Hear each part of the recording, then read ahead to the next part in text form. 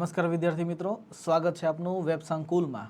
વિદ્યાર્થી મિત્રો, આજે આપણે ગઈકાલે લેવાયેલું જે યુપીએસસી પ્રિલિમ્સનું પેપર હતું એનું સોલ્યુશન કરવા માટે મળેલા છીએ। વિદ્યાર્થી મિત્રો ધ્યાન રાખજો કે આ જે સોલ્યુશન છે એની અંદર જે ક્વેશ્ચન આન્સર કરાવવાનો છું એ સિરીઝના છે। આ સોલ્યુશનની અંદર હું આખા યુપીએસસીના પેપરનું સોલ્યુશન નહીં કરાવું, હું ખાલી મારા ક્ષેત્રની અંદર જે છે આગળ વધીશ, અર્થાત તો મારું જે ગ્રાઉન્ડ છે એની ઉપર જ આપણે રમવાનું પસંદ કરશું, અર્થાત હિસ્ટ્રી અને કલ્ચર। સેકન્ડ થિંગ, ઘણા બધા વિદ્યાર્થી મિત્રો એવું કહે છે કે જે ઓલરેડી જીપીએસસીની તૈયારી કરી રહ્યા હતા તે લોકોએ પણ પોતાની કિસ્મત આજમાવવાનો પ્રયત્ન કર્યો છે, અથવા તો એ વધારે કહેવાનું સારું રહેશે કે પોતાની મહેનતને જોવાનો પ્રયત્ન કર્યો છે આ પેપરના માધ્યમથી। તો ઘણા બધા એવા વિદ્યાર્થી મિત્રોના ફોન આવ્યા અને ઘણી બધી બાબતની અંદર ચર્ચા કરી। એમાં એક ચર્ચા એ પણ ખાસ હતી કે સર આ વખતે યુપીએસસીના પેપરની અંદર જે ઓપ્શન હતા ને સરપ્રાઇઝિંગ હતા। એવું લાગ્યું જ નહીં કે આ યુપીએસસીના પેપરની અંદર જે આખી એલિમિનેશન મેથડ છે એને રિલેટેડ કોઈ કહીએ ને કે સવાલ પૂછેલા હોય। આ વખતેના પેપરની અંદર એલિમિનેશન સાવ એટલે સાવ યુપીએસસીએ બહાર કરી નાખી। આનો અર્થ સાવ સિમ્પલ થશે, અત્યાર સુધીની અંદર રેકોર્ડ છે કે લાસ્ટ ટાઈમ સૌથી લોએસ્ટમાં લોએસ્ટ પ્રિલિમ્સનું રિઝલ્ટ જે છે હતું આ લોએસ્ટ કટ ઓફ ગયું હતું રિઝલ્ટની અંદર। જોજો તમે આ વખતે પણ પ્રિલિમ્સની અંદર લોએસ્ટ કટ ઓફ જવાના જે છે શક્યતા અથવા તો ચાન્સીસ વધારે છે, કારણ કે આ પેપરની અંદર યુપીએસસીએ સાવ એટલે સાવ ચોખ્ખા શબ્દોની અંદર નિર્દેશ આપી દીધેલો છે કે જે વિદ્યાર્થીને 4 ઓપ્શન વાંચેલા હશે અથવા તો 4 સેન્ટેન્સ આવડતા હશે કે 3 સેન્ટેન્સ આવડતા હશે એ જ વિદ્યાર્થી યુપીએસસીની અંદર પ્રિલિમ્સની અંદર ક્વોલિફાઈડ થશે। હવે જે 50-50 અથવા તો 25-75% ચાન્સીસ ઉપર રિસ્ક લઈને ટીક મારતા હતા એ ટીક મારવાનું જે છે હવે યુપીએસસી બંધ કરાવવા માગે છે એવું લાગે છે હવે પછીના, અથવા તો આ લાસ્ટ પેપરને જોશ। સેકન્ડ થિંગ, અત્યાર સુધી એવું સામાન્ય રૂપથી કહેવામાં આવતું હતું કે સ્ટુડન્ટને જ્યારે એ એક્ઝામ દેવા જતો હતો ત્યારે કહેતા હતા એલિમિનેશન મેથડ જ્યારે હતી ત્યારે કે તમે 80+ ટીક મારીને આવજો, 85+ ટીક મારીને આવજો, કારણ કે હવે એ વસ્તુ શીખવાડવાનું જે છે ઓલું નથી કે 100 ક્વેશ્ચન છે ને 200 માર્ક છે ને શું વ્યવસ્થા છે, એ બધી વસ્તુ તમે લોકો જાણતા હશો। પણ એટલા માટે શીખવાડવામાં આવતા હતા કે તમે 80 અથવા તો 85+ મારીને આવજો। હવે આ બધી વ્યવસ્થા કામમાં નહીં લાગે, એ કહીએ ને કે કાલના પેપરની અંદર આ બધી વસ્તુ જોવા મળી છે। ડઝન્ટ મેટર, આપણે એક કરતાં આપણા ક્વેશ્ચનને સોલ્વ કરતા જશું। યુપીએસસી પ્રીનું જે 2023નું પેપર સોલ્યુશન છે એની અંદર હિસ્ટ્રી અને કલ્ચરવાળો પાર્ટને જે છે જોવાનો પ્રયત્ન કરીએ। સેકન્ડ થિંગ, આ એવી એક્ઝામ છે તમે આની અંદર એવી કોઈ અઝપ્શન નહીં કરી શકો, ધ્યાન રાખજો। તમને એમ હોય કે આ વખતે હિસ્ટ્રીના સવાલ કેમ ઓછા આવ્યા અથવા તો લાસ્ટ ટાઈમ હિસ્ટ્રીના સૌથી વધારે સવાલ હતા, એની પહેલાં સૌથી વધારે કરંટ હતું, આ એવી એક્ઝામ છે જેની અંદર કોઈ અઝપ્શન રાખવામાં નથી આવતી। અને હા, જો ક્લાસ 3ની એક્ઝામ આટલી ટફ થઈ શકતી હોય, એ ચેલેન્જિંગ કહીએ ને કે સ્ટુડન્ટ માટે જે છે થઈ શકતી હોય, ટીચર માટે ચેલેન્જિંગ જે છે થઈ શકતી હોય, તો યુપીએસસીની પ્રિલિમ્સ એક્ઝામ છે તો આનું લેવલ આટલું રહેવાનું તે, એટલે એ વાતો પર ડિસ્કશન કરવું જે છે એ વ્યર્થ છે કે પેપર અઘરું હતું, સહેલું હતું કે સાવ ઓલું જો કહીએ ને કે ન આવડે એવું હતું। પેપર એવરેજ હતું। યુપીએસસીનું પેપર જે રીતના દર વર્ષે હોય છે એ જ રીતનું પેપર હતું આ વર્ષે પણ। એક કરતાં સોલ્યુશન કરીએ। જુઓ, એ પહેલાં એક ખાસ તો કે તમારા લોકોને ધ્યાનમાં લઈને અથવા તો તમારી ડિમાન્ડને ધ્યાનમાં લઈને વેબ સંકુલે એક બીજી જીપીએસસીની લક્ષ્ય બેચ લોન્ચ કરવા જઈ રહ્યું છે 7 જૂનના રોજ। ખાસ ડેટ નોંધ જે છે રાખજો। આ જે ટાઈમ હશે બેચનો એ 8 થી 10 મહિના સુધીનો ટાઈમ હશે, જેનો ટાઈમ અર્થાત ક્લાસનો જે ટાઈમ છે એ 5 વાગ્યાથી લઈને સાંજના 8 વાગ્યા સુધીનો ટાઈમ હશે, અર્થાત આ લક્ષ્ય બેચ સાંજની બેચ હશે। જે વિદ્યાર્થી મિત્રો જોબની અંદર છે, જે ટાઈમ નથી ફાળવી શકતા જોબ દરમિયાન, એવા વિદ્યાર્થીઓ માટે વેબ સંકુલ અવશ્ય જે છે એક સુનહેરો અવસર લઈને આવ્યું છે। જે વિદ્યાર્થીઓ આ બેચની અંદર જોડાવા માગતા હોય એ અમારા હેલ્પલાઇન નંબર ઉપર કોલ કરી શકે છે। એક સેકન્ડ થિંગ, આની અંદર પ્રિલિમ્સ, મેઇન્સ અને ઇન્ટરવ્યૂ ધ્યાન રાખજો, આ ત્રણેય બાબતોનો જે છે સમાવેશ કરવામાં આવ્યા છે। ઓકે, એક કરતાં જે છે સ્ટાર્ટ કરીએ। 41 નંબરમાં એ સિરીઝની અંદર જે છે क्वेश्चन હતો कि धान्य कटक जो महासांघिकों के अधीन एक प्रमुख बौद्ध केंद्र के रूप में समृद्ध हुआ निम्नलिखित में से किस एक क्षेत्र में अवस्थित है। પહેલી વસ્તુ કે ધાન્ય કટકનું એક પ્રાચીન નામ છે, એને કહેવામાં આવે છે ધરણીકોટા।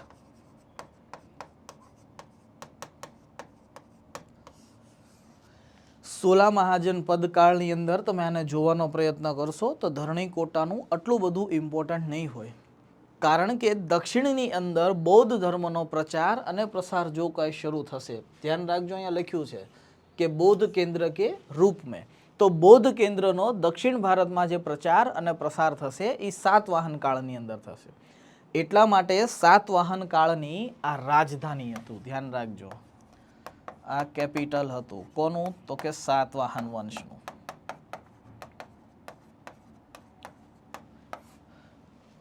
યાદ કરો સરખી રીતના, જ્યારે સાતવાહન વંશ ભણાવીએ છીએ અથવા તો મિશન જીપીએસસી તમે ભણ્યા હશો એની અંદર છે જ તે કે સાતવાહન વંશને આપણે આંધ્ર ભુજ અથવા તો આંધ્ર વાહન તરીકે પણ ઓળખીએ છીએ।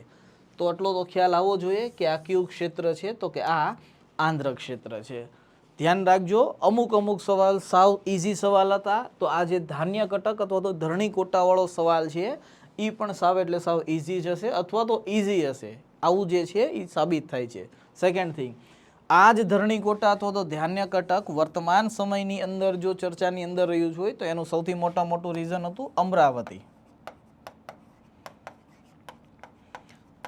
તો સર્ચ મારીને જોઈ લેજો અમરાવતી સ્તૂપ વિશે, તમને ક્યાંક ને ક્યાંક આ જે છે ક્ષેત્ર બતાશે। સેકન્ડ, તો કે આ કઈ નદીના કિનારે છે, તો કે આ કૃષ્ણ નદીના કિનારે છે।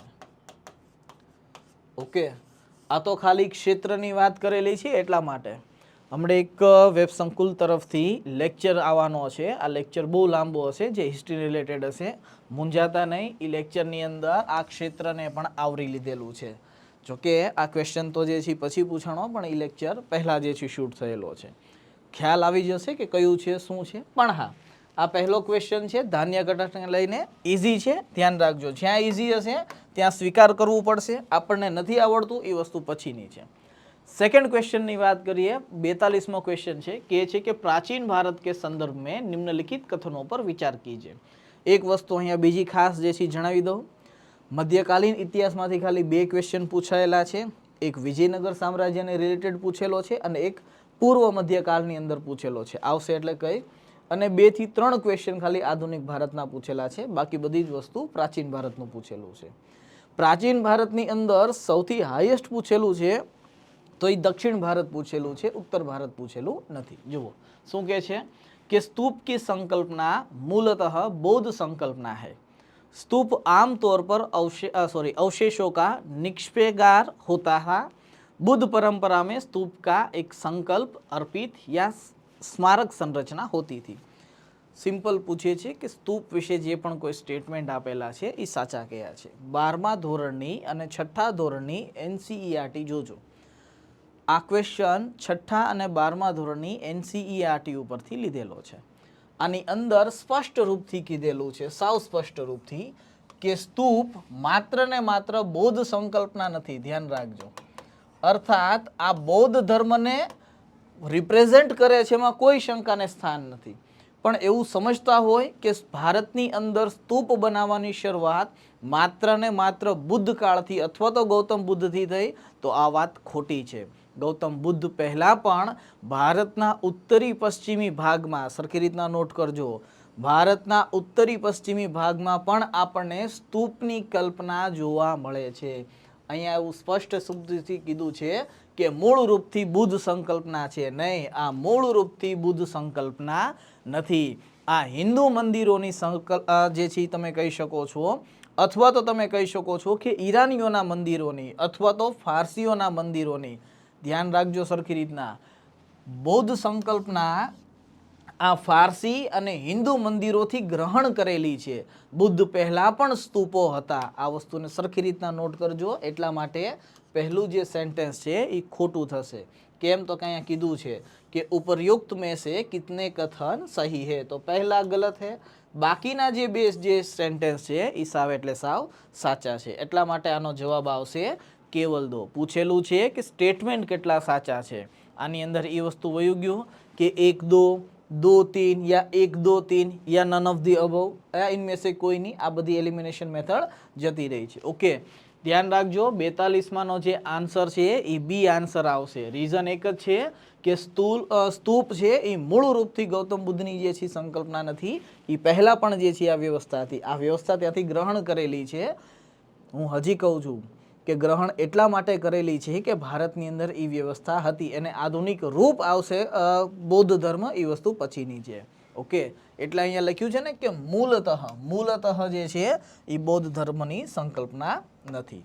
એક એક શબ્દ ઉપર ધ્યાન દેવું પડશે, નહીતર આની અંદર જે છે એ ખોટું ક્યાંક આવશે. ઓકે, વાત કરીએ 43 નંબરના ક્વેશ્ચનની. લખ્યું છે કે પ્રાચીન દક્ષિણ ભારત કે સંદર્ભ में 3 ક્ષેત્ર આપ્યું છે. પહેલું કીધું છે કોરકોઈ,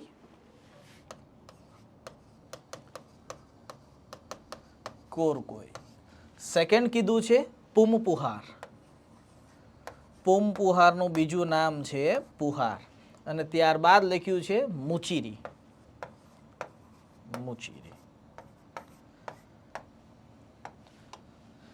मुचीरी किस रूप में सुविख्यात है?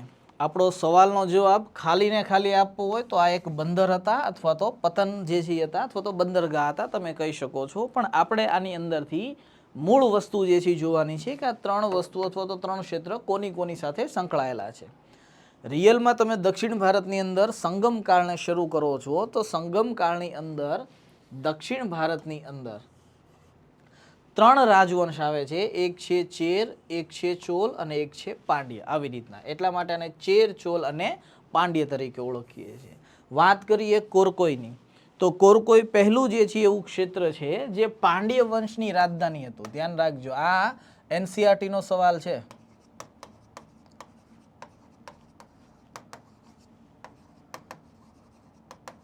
ઓકે, તો આ પાંડ્ય વંશની રાજધાની હતું જે મોતી અને મત્સ્ય માટે સૌથી વધારે વિખ્યાત હતું. આ જ ક્ષેત્રનો ઉલ્લેખ સંગમ કાળની અંદર છે. હવે સમજો, આ મોતી અને મત્સ્ય અર્થાત માછલી માટે જે છે પ્રખ્યાત છે, તો સ્વાભાવિક વસ્તુ છે મોતી અને માછલી હશે તો એક બંદરગાહના રૂપમાં જે છે હશે. 6ઠ્ઠા ધોરણની એનસીઆરટી જો એની અંદર એક બહુ સરસ વસ્તુ લખેલી છે. કીધેલું છે એનસીઆરટી ની અંદર કે ચેર, ચોલ અને પાંડ્ય પાસે 2 પ્રમુખ ક્ષેત્રો હતા. 2 પ્રમુખ ક્ષેત્રો એટલા માટે હતા, એક મિનિટ દોરીશ તો વધારે સમજાશે. ઓકે, નહીં દોરાય. જુઓ, 2 ક્ષેત્રો સૌથી વધારે ઇમ્પોર્ટન્ટ એટલા માટે હતા કારણ કે ચેર રાજ્ય અહીંયા છે, તો સ્વાભાવિક વસ્તુ છે એક ક્ષેત્ર એવું હશે કે જે બંદરના રૂપમાં આગળ વધેલું હશે, અર્થાત અહીંયાથી ઇમ્પોર્ટ અને એક્સપોર્ટ કરવામાં, વ્યાપાર કરવામાં જે છે સરળતા રહે. અને બીજું ક્ષેત્ર એવું ઇમ્પોર્ટન્ટ હશે જે પ્રશાસન કરવા માટે, સૈન્ય રાખવા માટે ઇમ્પોર્ટન્ટ હોય.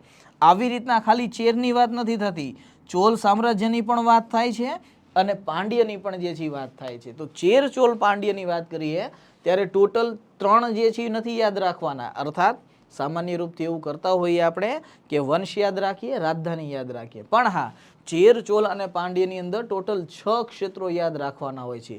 એક ક્ષેત્ર જે બંદરગાહના રૂપમાં આગળ વધેલું હોય અને બીજું ક્ષેત્ર જ્યાંથી પ્રશાસન મેનેજ થતું હોય. ક્લિયર છે એટલી વસ્તુ? તો આ પાંડ્ય રાજવંશની રાજધાની હતી જેનો ઉલ્લેખ આપણને ક્યાં જોવા મળે છે તો કે સંગમ સાહિત્યોની અંદર જોવા મળે છે. સેકન્ડ તો કે વાત કરીએ પુહાર. દક્ષિણ ભારતની અંદર સૌથી વધારે ઇમ્પોર્ટન્ટમાં ઇમ્પોર્ટન્ટ જો કોઈ હોય તો એ આ જ છે. વર્તમાન સમયનું જે કાવેરી પટ્ટનમ આપણે કહીએ છીએ એ આ ક્ષેત્ર છે. અર્થાત પુહારમાંથી જ કાવેરી પટ્ટનમ બન્યું છે, તમે એવું કહી શકો છો. વર્તમાન સમયમાં આ ક્ષેત્ર તમિલનાડુની અંદર આવેલું છે. તમને પૂછે કે આ કયા વંશની રાજધાની છે તો આ પાંડ્ય છે, તો ધ્યાન રાખજો આ ચોલ સામ્રાજ્યની રાજધાની હતી. સિમ્પલ સવાલ છે બધાય, પણ આને ટ્વિસ્ટ કરીને પૂછેલા છે એટલે આપને એવું લાગી જે છે આવેલી છે. યાદ કરો, દક્ષિણ ભારતની અંદર જ્યારે સંગમ સાહિત્યની વાત કરીએ ત્યારે હંમેશા દક્ષિણ ભારત વ્યાપારિક ઉન્નતિની વાત કરશે. વ્યાપારિક ઉન્નતિની જેવી વાત કરશે એટલે ગ્રંથ સામો આવશે જ્યારે દક્ષિણ ભારતમાં વ્યાપારની વાત થાય ત્યારે, જેને આપણે પેરિપલ્સ ઓફ ધ એરિથિયન સી તરીકે ઓળખીએ છીએ. આ જ પેરિપલ્સ ઓફ ધ એરિથિયન સીની અંદર પુહાર બંદરગાહનો ઉલ્લેખ જોવા મળે છે. સ્પષ્ટ રૂપથી કે છે આ ક્ષેત્રની અંદરથી, ધ્યાન રાખજો કે આ ક્ષેત્ર રોમન સામ્રાજ્ય સાથે પણ અથવા તો યુનાન સામ્રાજ્ય સાથે પણ તે સમયે વ્યાપાર જે છે કરતું હતું. તમે એક શબ્દ સાંભળ્યો હશે પટ્ટિન્નપિલ્લે કરીને. આ પટ્ટિન્નપિલ્લે નામક એક ગ્રંથ છે. આ જ ગ્રંથની અંદર પુહાર ઉપર સૌથી વધારે ઇન્ફોર્મેશન જોવા મળે છે, જે સંગમકાલીન સાહિત્ય પર જે અથવા તો સંગમકાલીન ગ્રંથ છે. ચોલ રાજા હોય છે, નામ હોય છે એનું કરિકલ. આપણને સામાન્ય રૂપથી એવું લાગે છે કે ચેર, ચોલ અને પાંડ્ય શરૂઆતમાં પણ જોવા મળે છે અથવા તો મૌર્ય પહેલા પણ જોવા મળે છે અને 9મી 10મી સદીમાં પણ જોવા મળે છે. બંને બાજુ છે. આ જે પૂછેલું છે એ મૌર્ય પહેલા પૂછેલું છે, ધ્યાન રાખજો. જ્યારે તમે ચોલ સામ્રાજ્યની જે છે વાંચતા હશો અથવા તો ભણતા હશો, એક શાસક આવશે, નામ છે એનું કરિકલ અથવા તો કરાઈકલ. આ જ કરિકલ કે કરાઈકલ પર લખાયેલો ગ્રંથ છે પટ્ટિન્નપિલ્લે. આ જ ગ્રંથની અંદર પુહારનો પણ જે છે ઉલ્લેખ જોવા મળે છે. ક્લિયર છે? ત્યારબાદ વાત કરીએ મુચિરીની. જુઓ તો સરખી રીતના એક જે છે બાકી રહ્યું છે. પાંડી આવી ગયું છે, ચોલ આવી ગયું છે, તો બાકી કયું રહ્યું? તો કે ચેર. પૂછશે તમને ચેર સામ્રાજ્યની રાજધાની કોને કહેવામાં આવે છે? તો પ્રમુખ બંદરગાહ કયું છે ચેર સામ્રાજ્યનું? તો એ કયું છે? મુચિરી છે. ધ્યાન રાખજો વર્તમાન સમયમાં આ ક્યાં સ્થિત હશે? તો કે આ કેરેલાની અંદર જે છે સ્થિત હશે. યવન વ્યાપારીની વસ્તી અહીંયા જે છે જોવા મળે છે. સમુદ્રી રત્ન જો સૌથી વધારે પ્રખ્યાત હોય તો એ અહીંથી હતા. અને ત્યારબાદ કાલી મિર્ચ. ધ્યાન રાખજો પહેલીવાર ભારતીય ઇતિહાસની અંદર કાલી મિર્ચ વિદેશમાં એક્સપોર્ટ થતી હતી. તો એ ક્યાંથી થતી હતી? ચેર સામ્રાજ્યથી એક્સપોર્ટ થતી હતી. પેરિપલ્સની અંદર આ વાતનો પણ ઉલ્લેખ જોવા મળે છે. પેરિપલ્સ ઓફ ધ એરેથિયન સી ત્યાં સુધી લખે છે કે આ જ ચેર સામ્રાજ્યની રાજધાની અર્થાત મુચિરીની અંદર એક રોમન સમ્રાટનું મંદિર જોવા મળે છે. પૂછે કે આ રોમન સમ્રાટ કયો હતો? તો ત્યાં સુધી કહે છે કે ઓગસ્ટસ સીઝર હતો.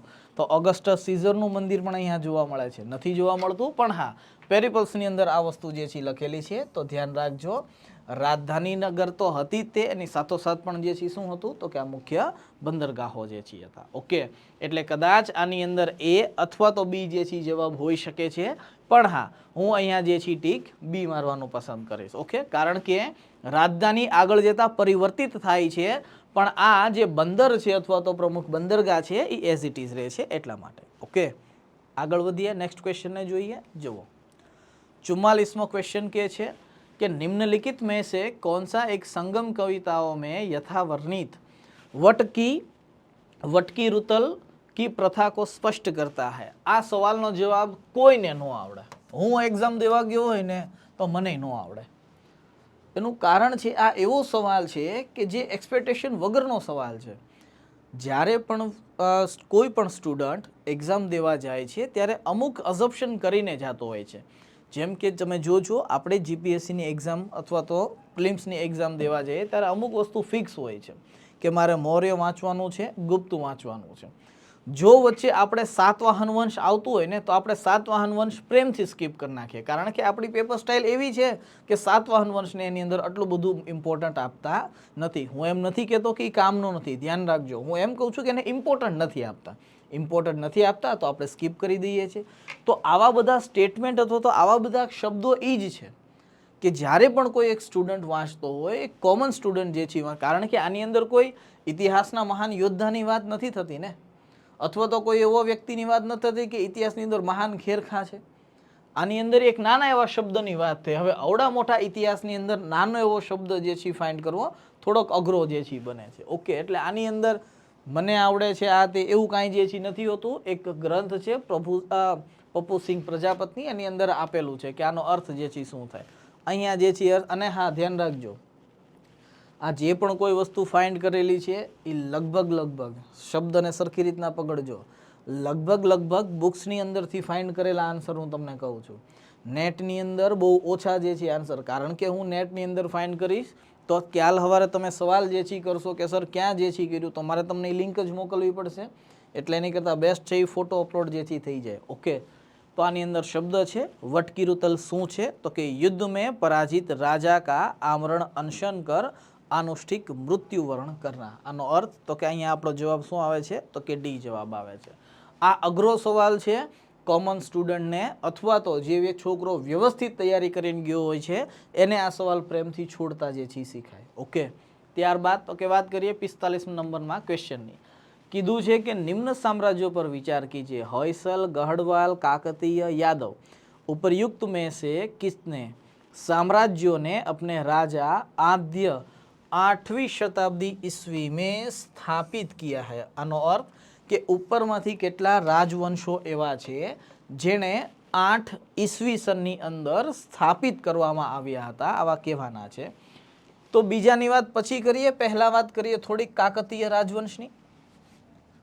જ્યારે આપણે કાકતીય રાજવંશની વાત કરીએ છીએ તો આપણે ખ્યાલ હોવો જોઈએ કે કાકતીય વંશની જે રાજધાની હતી એનું નામ હતું વારાંગલ.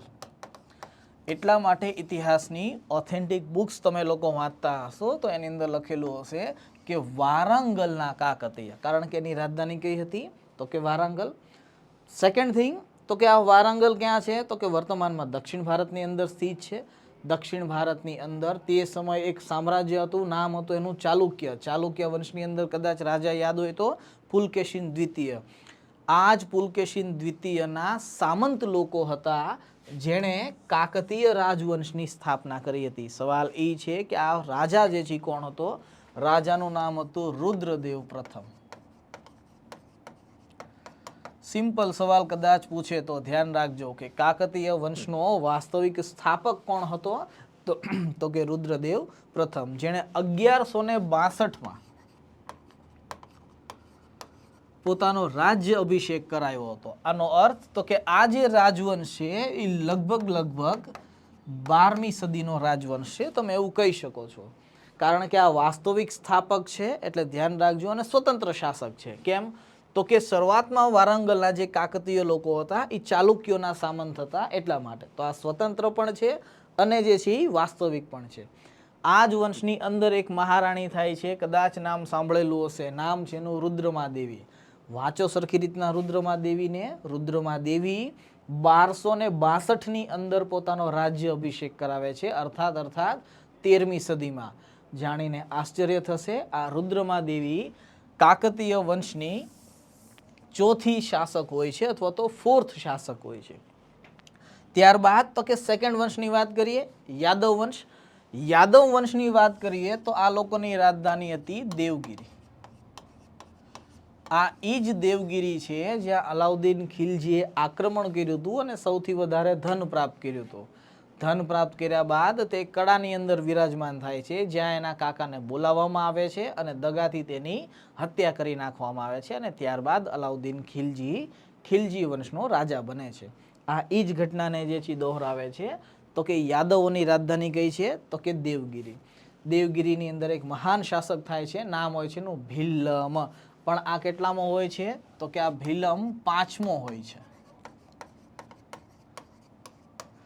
એટલા માટે સિમ્પલ સવાલ કે આ વંશનો વાસ્તવિક સ્થાપક કોને જે છે કહેવામાં આવે છે, સ્વતંત્ર સ્થાપક કોને કહેવામાં આવે છે તો ભીલમને કહેવામાં આવે છે. આ ભીલમ પોતાનો રાજ્ય અભિષેક 1180ની અંદર કરાવે છે. આનો અર્થ કે યાદવોની જે સ્થાપના થાય છે એ પણ લગભગ કેટલામી સદીમાં થાય છે તો કે 12મી સદીની અંદર, અથવા તો 12મી સદીના ઉત્તરાર્ધની અંદર થાય છે. તમે આ પણ શબ્દ પ્રયોગ કરી શકો છો. ત્યારબાદ તો કે હવે વાત કરીએ હોયસલની. ઇમ્પોર્ટન્ટ છે. હોયસલનું જે રાજધાની હતી એને કહેવામાં આવે છે દ્વાર સમુદ્ર. એટલા માટે આને કહેવામાં આવે છે દ્વાર સમુદ્રના હોયસલ. આ જ દ્વાર સમુદ્રનો જે મહાન શાસક હતો, નામ હતું એનું વિષ્ણુવર્ધન. આ સવાલ આવી ગયેલો છે. આ વિષ્ણુવર્ધન પોતાનો રાજ્ય અભિષેક 1108ની અંદર કરે છે. આનો અર્થ આ પણ જે રાજવંશ છે એ લગભગ 12મી સદીનો છે, તમે જોઈ શકો છો. એટલે ધ્યાન રાખજો. આની અંદર ખાલી ઈ કહેવાનું છે કે આમાંથી કેટલી પેયર જે છે સાચી છે, પહેલી, બીજી, ત્રીજી, ચોથી, આવી રીતના કરીને કેટલી જે છે. ઓકે, કહેવાય છે કે દક્ષિણ ભારતની અંદર ભક્તિ આંદોલનની અંદર એક ભક્ત હતા, નામ હતું એનું રામાનુજ. જોકે ડીપમાં આટલું બધું નથી ગયું, પણ કદાચ પૂછે કે રામાનુજના સમકાલીન કયો શાસક હતો, તો એનું નામ હતું વિષ્ણુવર્ધન. આ હોયસલ વંશનો વાસ્તવિક શાસક જે છે હતો. ક્લિયર છે એટલી વસ્તુ? ત્યારબાદ થોડાક આગળ વધીએ, વાત કરીએ ગહડવાલની. તમને જાણીને આશ્ચર્ય થશે કે આ જ ગહડવાલને આપણે ગુજરાતના ઇતિહાસની અંદર રાઠોડ તરીકે ઓળખીએ છીએ. આ એ જ રાઠોડ છે જ્યારે રાજપૂત કાળ ચાલતો હોય છે. રાજપૂત કાળ તમે જોજો તો તમને સમજાશે સરખી રીતના. લગભગ 8મી સદીથી લઈને 12મી સદી સુધીના કાળને આપણે રાજપૂત કાળ કહીએ છીએ. આ એવો રાજપૂત કાળ છે કે જેની અંદર અથવા તો એવા રીતે રાજપૂત કાળની શરૂઆત થાય છે જેમાં ગુર્જર પ્રતિહાર વંશ હોય છે. આ જ ગુર્જર પ્રતિહાર વંશના અંત બાદ નવા સામ્રાજ્યોની સ્થાપના થાય છે, જેમાં અજમેરની અંદર જે રાજવંશ આવે છે એને આપણે કહીએ છીએ તો કે આ ચૌહાણ રાજવંશ છે. ગુજરાતની અંદર જે રાજવંશ હોય છે એને આપણે કહીએ છીએ આ સોલંકી રાજવંશ છે. માલવાની અંદર જે રાજવંશ હોય છે એને આપણે પરમાર તરીકે ઓળખીએ છીએ. ત્યારબાદ તો કે મધ્યની અંદર જે હોય છે એને આપણે ચંદેલ તરીકે ઓળખીએ, ચંદેલ રાજપૂત કહીએ છીએ. ત્યારબાદ તો કે કન્નોજની અંદર જે હોય છે એ જ હોય છે ગહડવાલ. દિલ્હીની અંદર જે હોય છે એને કહેવામાં આજ ગહડવાલ જે છે એ રાઠોડ છે. દિલ્હીની અંદર જે હોય છે એને કહેવામાં આવે છે તોમર રાજવંશ. તમે જોઈ લ્યો, લગભગ જે પણ કોઈ શાસકો છે એ રાજપૂત શાસકો છે. એટલા માટે આને માલવાના પરમાર, કન્નોજના ગહડવાલ, અજમેરના ચૌહાણ આવી રીતના કહીને સંબોધિત કરવામાં આવે છે. ગુજરાતના સોલંકી એક્સેટ્રા એક્સેટ્રા. ચૌહાણ વંશનો શાસક હતો પૃથ્વીરાજ ચૌહાણ તૃતીય. આ જ પૃથ્વીરાજ ચૌહાણ તૃતીયએ વિવાહ કર્યા હતા ગહડવાલ રાજકુમારી સંયોગિતા સાથે, અને આ જ સંયોગિતાના પિતાનું નામ હતું જયચંદ. આ જ જયચંદ હતો જેણે 1194માં તમને યાદ જે છે હોય તો પૃથ્વીરાજનો સમકાલીન તો હતો તે, પણ હા 1194માં એક યુદ્ધ કર્યું હતું મોહમ્મદ ગોરી સાથે. રિયલમાં આ જયચંદની એક કપટતા હતી. રિયલમાં 1191 અને 1192ની અંદર જ્યારે તરાઈના પ્રથમ અને બીજા યુદ્ધ થાય છે, બીજા યુદ્ધની અંદર જયચંદ ઈચ્છે તો પૃથ્વીરાજનો સપોર્ટ કરી શકે એમ હતો, પણ એના મનમાં થોડીક લાલચી હતી કે જો ગોરી ચૌહાણને જે છે હરાવી દેશે, કારણ કે તે સમયે ક્યાં વિરાજમાન હતા ચૌહાણ, તો કે દિલ્હીની અંદર હતા, કે ગહડવાલને એવું હતું કે જો ગોરી ચૌહાણોને હરાવી દેશે, દિલ્હીની અંદર હરાવી દેશે, તો આગળ જતા હું યુદ્ધ કરીને ગોરીને હરાવી દઈશ અને દિલ્હી ઉપર જે છે હું કબજો કરી લઈશ. આ જ વસ્તુ લઈ ડૂબી હતી. એટલા માટે જયચંદને યુદ્ધની અંદર હરાવવામાં આવે છે. યુદ્ધનું નામ છે ચંદાવરનું યુદ્ધ. આ ચંદાવરનું યુદ્ધ 1194માં ગોરી અને જયચંદ વચ્ચે થાય છે. તો તમે 1194ની વાત કરો છો તો લગભગ આ કઈ સદી થઈ, તો કે આ 12મી સદી થઈ. તો જોઈ લ્યો, અહીંયા 8મી સદીની વાત કરે છે અને આ લગભગ 12મી સદી છે. તો આનો જવાબ હવે તમને લોકોને ખ્યાલ આવી ગયો હશે કે કિસીને નહીં. ઓકે, આની અંદર આપણો જવાબ શું આવશે, તો કે ડી જવાબ આવશે. થોડાક આગળ જે છે વધીએ, વાત કરીએ 46 નંબરના ક્વેશ્ચનની. એક બાજુ સાહિત્ય કૃતિ લખી છે, એક બાજુ રચનાકાર લખ્યા છે. પહેલું છે દેવી ચંદ્રગુપ્તમ, સેકન્ડ છે હમીર મહાકાવ્ય, થર્ડ છે મિલિંદ પન્હ, પન્હ નહીં આવે, પન્હો આવશે, અને ત્યારબાદ ફોર્થ કીધું છે નીતિ વાક્યા મૃત જે છે. કે આ નીતિ વાક્ય મૃત જે છે શું છે? બેસ્ટ છે કે ખાલી આ ગ્રંથોને જોઈએ એની કરતાં એના રચનાકારને જે છે જોઈએ. જ્યારે દેવી ચંદ્રગુપ્તમની વાત આવે તો આપણને જે એની અંદર પહેલું જે નામ આવે છે એ આવે છે વિશાખા દત્તનું. આ જ વિશાખા દત્ત હોય છે. જો કે એલેક્ઝાન્ડર કનિંઘમ પહેલા વ્યક્તિ હતા જેણે આ નાટકને લોકોની સમક્ષ મૂક્યું.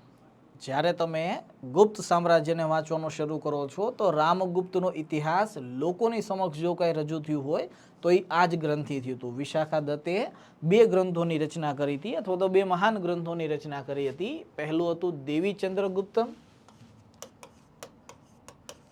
ચંદ્રગુપ્તમ અને સેકન્ડ હતું નામ હતું એનું મુદ્રા રાક્ષસ. આ જ મુદ્રા રાક્ષસની અંદર ચાણક્યના ષડયંત્રનો પણ જે છે ઉલ્લેખ જોવા મળે છે. કહેવાય છે એવું કે રામગુપ્તની જે આખી સ્ટોરી છે, અર્થાત એને કઈ રીતે શક શાસક જે છે હરાવે છે, હરાવ્યા બાદ એક સંધિ કરે છે, અપમાનજનક સંધિ કરે છે પોતાની વાઈફને ત્યાં મોકલવાની, ચંદ્રગુપ્ત દ્વિતીય ઈ જ મહિલાનો વેશ ધારણ કરે છે અને શક રાજા પાસે જાય છે. શક રાજાને યુદ્ધની અંદર હરાવે છે, ત્યારબાદ આવે છે, પોતાના ભાઈની હત્યા કરી નાખે છે, એક્સેટ્રા એક્સેટ્રા. આ બધી વસ્તુ ક્લાસની અંદર ભણાવેલી છે. તો એ વિશાખા દત્ત આવે. અહીંયા દેવી ચંદ્રગુપ્તમની સામે બિલહણ લખેલું છે, તો આ પહેલું સેન્ટેન્સ આપણું ખોટું આવશે. સૌ સ્પષ્ટ વસ્તુ છે. સેકન્ડ જે છે એ વાત કરીએ નયચંદ્ર સૂરીની જે છે.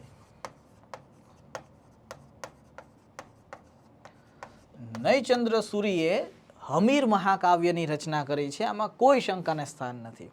આ જ હમીર મહાકાવ્ય છે, જે તો મેં સરખી રીતના વાંચવાનો જે છે પ્રયત્ન કરશો તો તમને ખ્યાલ આવશે કે આ હમીર મહાકાવ્યની અંદર 1300 અને 1301 ની અંદર જે રણથંભોર, આ જ રણથંભોરને રાજસ્થાનનો પ્રવેશ દ્વાર કહેવામાં આવે છે. અલાઉદ્દીન ખિલજી દ્વારા પહેલું રાજપૂતો પર આક્રમણ કરવામાં આવેલું જો કોઈ હોય તો એ કયું આક્રમણ જે છે હતું? રણથંભોર આક્રમણ. હું રાજસ્થાનની વાત કરું છું, ધ્યાન રાખજો પાછા. તો એ રણથંભોર આક્રમણ હતું. આ જ અલાઉદ્દીન ખિલજીના જે આક્રમણ છે, રણથંભોર પર કરેલું જે આક્રમણ છે, એ જ કાવ્ય અથવા તો એ જ આક્રમણનો ઉલ્લેખ નયનચંદ્ર સૂરી દ્વારા હમીર મહાકાવ્યની અંદર કરવામાં આવેલો છે. તે સમયે અહીંયા ચૌહાણ વંશના શાસક હતા. ચૌહાણ વંશના શાસકનું નામ હતું હમીરદેવ. આ ઈ જ ચૌહાણ વંશ છે, ધ્યાન રાખજો. આ ઈ જ ચૌહાણ વંશ છે જે પૃથ્વીરાજ ચૌહાણ વાળો જે છે હતો. આ યુદ્ધની અંદર હમીરદેવની મૃત્યુ જે છે થાય છે ને ત્યારબાદ એક રાણી હોય છે અથવા તો હમીરદેવની વિધવા જે છે હોય છે, વિધવાનું જે છે નામ હોય છે રાણી રંગદેવી. આ જ રાણી રંગદેવી આ યુદ્ધની અંદર હમીરદેવની હાર બાદ જોહર વ્રતનું પાલન કરે છે. આ વાતનો ઉલ્લેખ આપણે નયનચંદ્ર સૂરી દ્વારા લિખિત હમીર મહાકાવ્યની અંદર જોવા મળે છે. આનો અર્થ કે બીજું સેન્ટેન્સ આપણું સાચું છે. ત્યારબાદ તો કે થોડાક આગળ વધીએ. અહીંયા ત્રીજું જે નામ લખ્યું છે એ છે નાગાર્જુન. નાગાર્જુન અને નાગસેન આ બંનેની અંદર ડિફરન્સ છે. અહીંયા નામ નાગાર્જુન લખેલું છે તો ધ્યાન રાખજો. જ્યારે પણ આપણે નાગાર્જુનની વાત કરીએ છીએ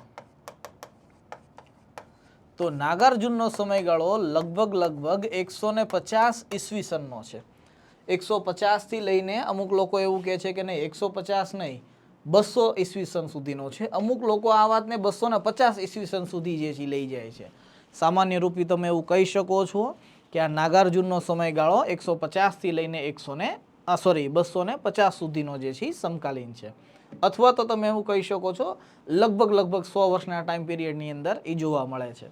સેકન્ડ થિંગ, જ્યારે નાગાર્જુન હાજર હોય છે ત્યારે તે સમયે ભારતની અંદર મૌર્ય સામ્રાજ્યનો અંત થાય છે અને આખું ભારત નાના નાના ભાગની અંદર વિભાજિત થાય છે. જેમાં દક્કની ભાગની અંદર 2 રાજવંશ જોવા મળે છે. એક રાજવંશ છે એનું નામ છે સાતવાહન વંશ. એટલા માટે કદાચ પૂછે તો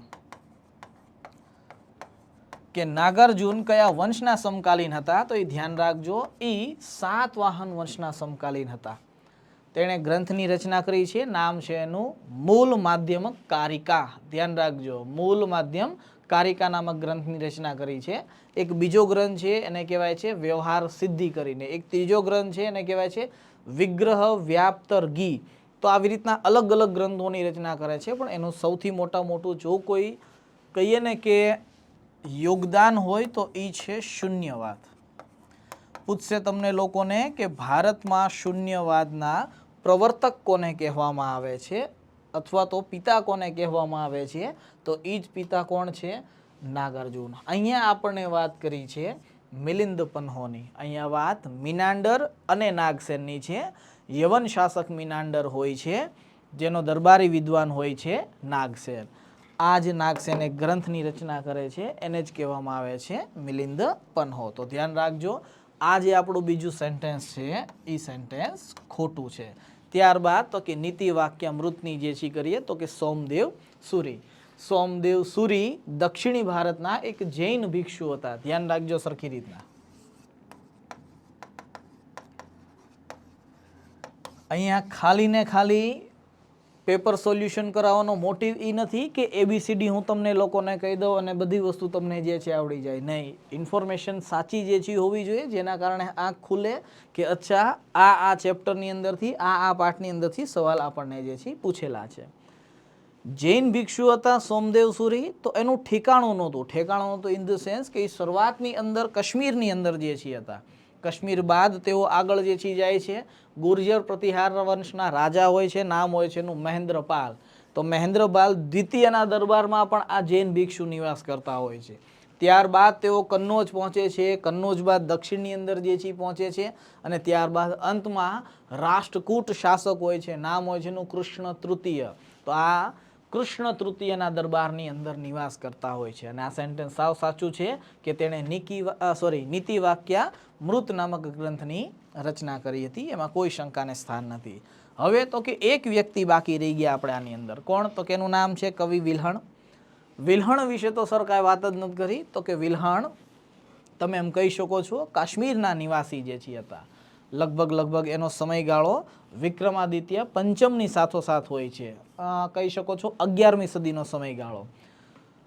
આ જ વિક્રમાદિત્ય જે કલ્યાણીના ચાલુક્યો હોય છે, આ જ ચાલુક્યોના દરબારની અંદર અથવા તો વિક્રમાદિત્ય પંચમના દરબારની અંદર નિવાસ કરતા હોય છે. આ જ વિક્રમાદિત્યએ 1076ની અંદર ચાલુક્ય વિક્રમ સંવંતની શરૂઆત કરી હતી. નોટ કરવું હોય તો કરી નાખો. 1076ની અંદર ચાલુક્ય વિક્રમ સંવંતની શરૂઆત જે છે કરી હતી. વિદ્યાપતિની જે છે ઉપાધિ આપવામાં આવે છે વિક્રમાદિત્ય દ્વારા. આ જે આખો ગ્રંથ છે, વિલ્હણે જે ગ્રંથ જે છે એ લખ્યો એ વિક્રમાદિત્યને રિલેટેડ જ લખેલો છે, જે વૈદર્ભી શૈલીની અંદર જે છે લખાયેલો ગ્રંથ છે, એટલે ધ્યાન રાખજો. ઓકે, તો આની અંદર પહેલું અને ત્રીજું બંને ખોટું છે, બાકી બીજું અને ચોથું જે છે સાચું છે. એટલે આપણો જવાબ શું આવશે? કેવલ 2, કારણ કે આની અંદર 2 સાચા છે. થોડાક આગળ વધીએ. જુઓ, આ જે સવાલ છે આ અઘરો સવાલ છે. બેટર છે કે આવા સવાલને ટીક કરવાનો જે છે એ બહુ રિસ્ક ન લેવો. આગળ તમારી ઈચ્છા, કારણ કે આખું સેન્ટેન્સ જ છે. કીધું છે કે ઉપરોक्त कथन प्राचीन भारत में निम्नलिखित में से किस एक धार्मिक संप्रदाय के एक मूलभूत विश्वास को प्रतिबिंबित करता है. આની અંદર એક લોજિક તમે લગાડી શકો છો કે સૌથી વધારે અહિંસાવાદી જો કોઈ હોય તો એ જૈન પરંપરા છે. લોજિક એક આ જ સૌથી વધારે.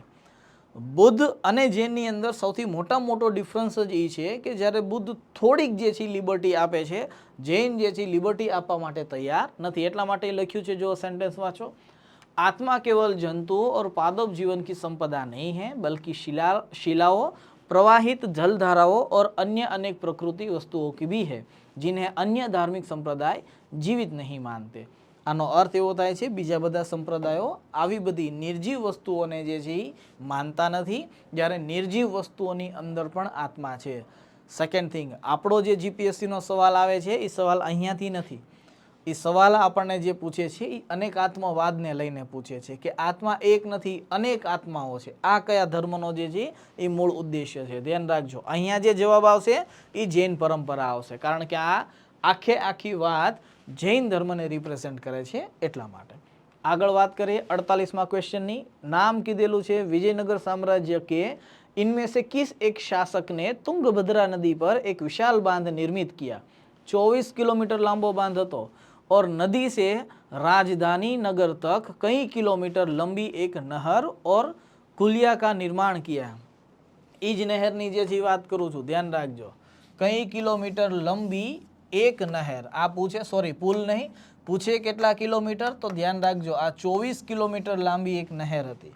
તો સ્વાભાવિક વસ્તુ છે, નહેર કિલોમીટરમાં કહી દીધું તો આનો જવાબ જે છે ફિક્સ છે. વિજયનગર સામ્રાજ્યની અંદર હું પહેલા પણ ગોખાવતો આવેલો છું છોકરાઓને કે 4 રાજવંશ આવ્યા છે.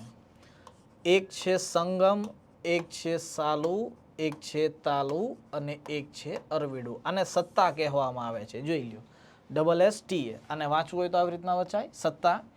સંગમ વંશની અંદર જો પહેલો કોઈ શાસક હોય, જો કે સંગમ વંશની સ્થાપના 2 ભાઈઓએ કરી હતી. ભાઈઓનું નામ જ આપણે એવી રીતના યાદ રાખીએ છીએ. પહેલાનું નામ છે હરિહર, બીજો જે શાસક છે એનું નામ છે બુક્કા. દક્ષિણ ભારતની અંદર રાજા માટે રાયા નામક ઉપાધિ જે છે એ ધારણ કરવામાં આવી હતી, એટલા માટે એને હરિહર રાય કહેવામાં આવે છે અને બુક્કા રાય જે છે કહેવામાં આવે છે. રિયલમાં એનું પ્રોનાઉન્સિએશન રાયા જે છે હોય છે. હવે આ જ વંશનો એક ત્રીજો શાસક હોય છે. હરિહર અને બુક્કા બાદ જો કોઈ શાસક આવે છે તો એ છે હરિહર દ્વિતીય, કારણ કે એક હરિહર આવી ગયો હોય છે એટલા માટે. અને આ જ વંશનો ચોથો શાસક હોય છે. આ જ ચોથા શાસકને કહેવાય છે દેવરાય પ્રથમ. આ જ દેવરાય પ્રથમ હતો જે વિજયનગર સામ્રાજ્યમાં પોતાની સિંચાઈ યોજના માટે પ્રસિદ્ધ હતો. ધ્યાન રાખજો, કારણ કે આ જ સિંચાઈ યોજના અંતર્ગત તેણે તુંગભદ્રા નદી પર એક બાંધનું નિર્માણ કરાયું હતું અને બાંધનું નિર્માણ કરાવ્યા બાદ તેણે એક 24 કિલોમીટર લાંબી નહેરનું નિર્માણ જે છે કરાવ્યું હતું. હવે સિમ્પલ સવાલ એ છે કે આની રાજધાની કઈ છે? નામ જ લખ્યું છે વિજયનગર, તો સ્વાભાવિક વસ્તુ છે કે આ વંશની રાજધાની પણ કઈ હશે? તો કે ઈ વંશની રાજધાની હશે વિજયનગર. અહીંયા સ્પેસિફિકેશન કરીને નથી આપેલું, ધ્યાન રાખજો. અને હા, દેવરાય ઉપરથી આપણે જે જીપીએસસીની અંદર ફિલ્મ્સમાં જે સવાલ પૂછે છે એ કે કયો વિદેશી વ્યક્તિ હતો જે દેવરાય પ્રથમના સમયમાં વિજયનગર સામ્રાજ્યની યાત્રા ઉપર જાય છે? 1420ની અંદર નિકોલો ડી કોન્ટી હતો જેણે દેવરાય પ્રથમના સમયમાં વિજયનગર સામ્રાજ્યની યાત્રા કરી હતી. તો આપણો જવાબ શું આવશે અહીંયા? તો કે દેવરાય પ્રથમ. ધ્યાન રાખજો. થોડાક જે છે આગળ વધીએ. 49મો क्वेश्चन, मध्यकालीन गुजरात के इनमें से किस एक शासक ने दीव को पुर्तगालियों से सुपुर्द कर दिया? लगभग आज ते गुरुवारे के शुक्रवारे ऑफलाइन बेचनी अंदर आधुनिक भारत जे छी भणावतो हतो ने त्यारे जे छी कीधुं बहादुर शाह. आखी डिटेल में इन्फॉर्मेशन आपी 1533 અને 34 ની. કઈ રીતે ટ્રાયેંગલ બને છે, આની અંદર કોણ કોનો સાથ જે છે આપે છે? કારણ કે એક બાજુ હોય છે હુમાયુ, બીજી બાજુ હોય છે રાણી કર્ણાવતી,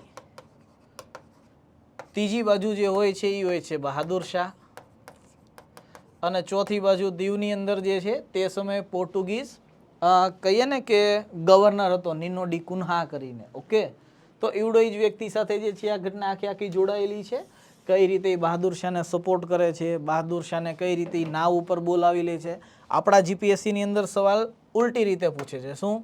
તો કે ગુજરાતનો કયો શાસક હતો જેણે પોર્ટુગીઝ ગવર્નરે દગાથી મારી નાખ્યો હતો દીવની અંદર? તો એ આ જ વ્યક્તિ હતો બહાદુર શાહ. ધ્યાન રાખજો આ વસ્તુને. ઓકે, આગળ વધીએ 50મા નંબરના ક્વેશ્ચનની.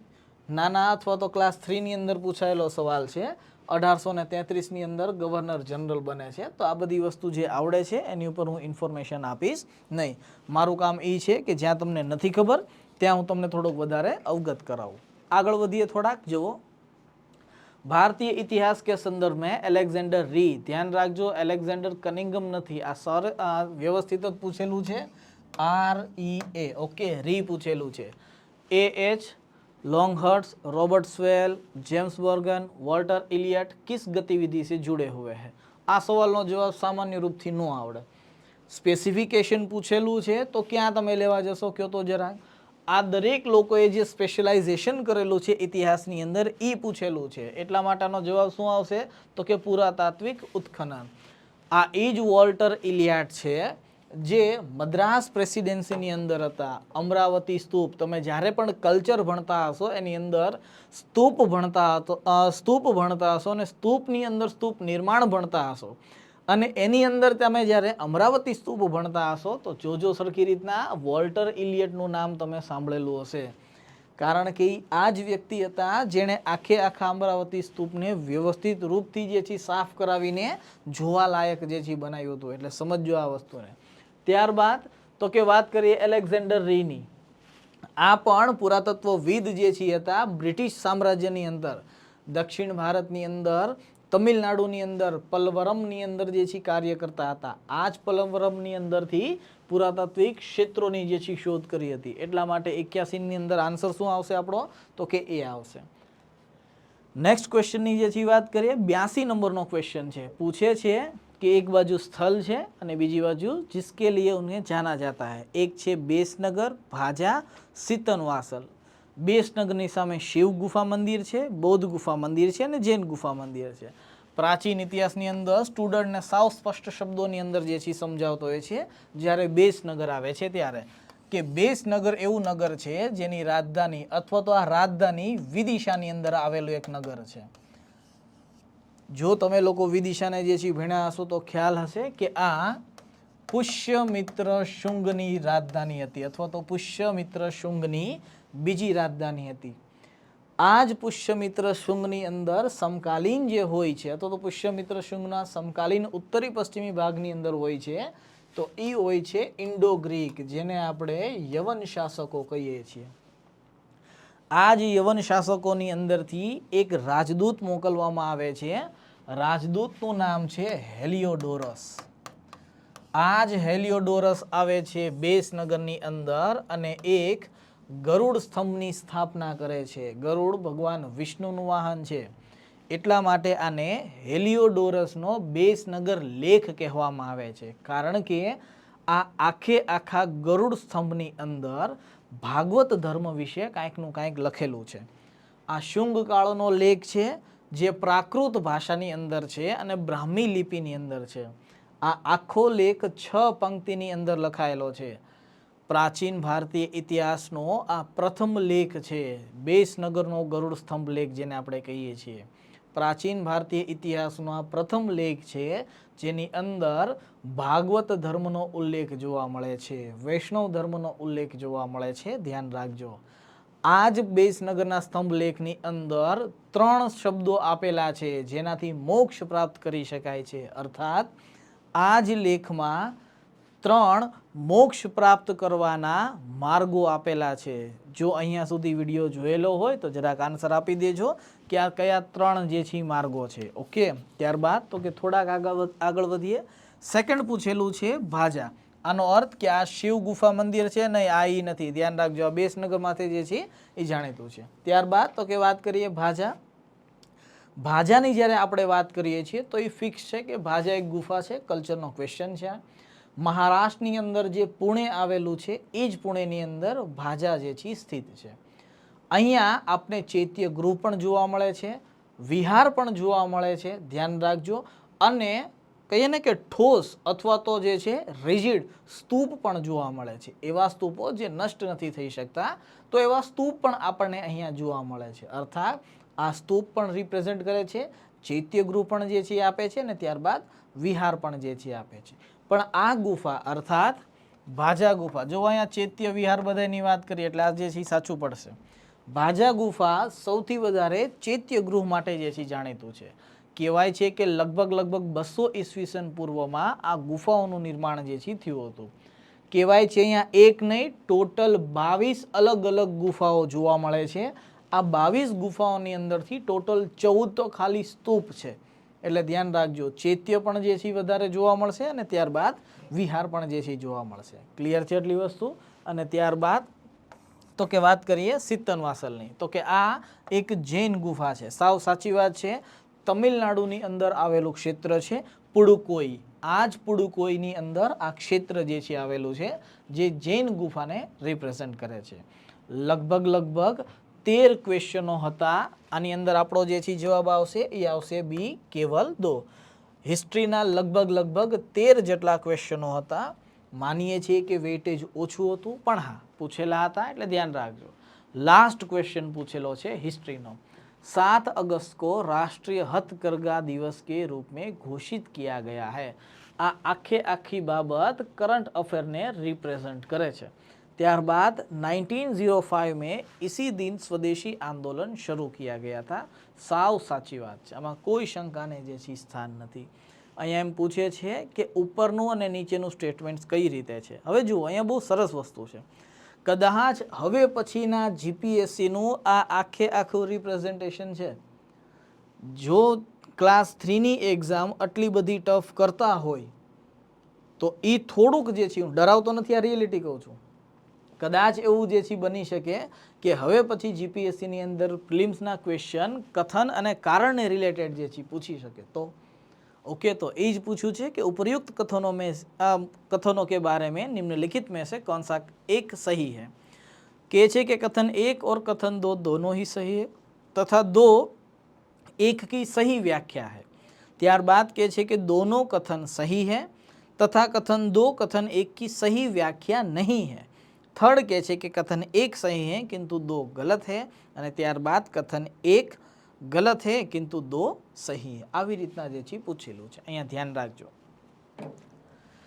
અહીંયા આપણો જવાબ એ આવશે कि कथन एक और कथन दो दोनों ही सही है तथा कथन दो एक की सही व्याख्या कर रहा है। આ આખે આખો સવાલ 2015-16 નું કરંટ અફેર બહુ પાછળ છે, એટલું બધું નહીં હોય, પણ હા 2015-16 નું જે છે કરંટ અફેર જોજો, એની અંદર લખેલું હશે હથકરઘા દિવસ ક્યારે જે છે જાહેર કરેલો છે, તો કે 7 ઓગસ્ટના દિવસે જે છે જાહેર કરેલો છે। ઓકે, છતાં પણ અહીંયા થોડીક જે છે ભૂલ હોય તો એને જે છે એકવાર ચેક કરી લેજો, પણ હા આ જે જવાબ છે એ સાચો છે।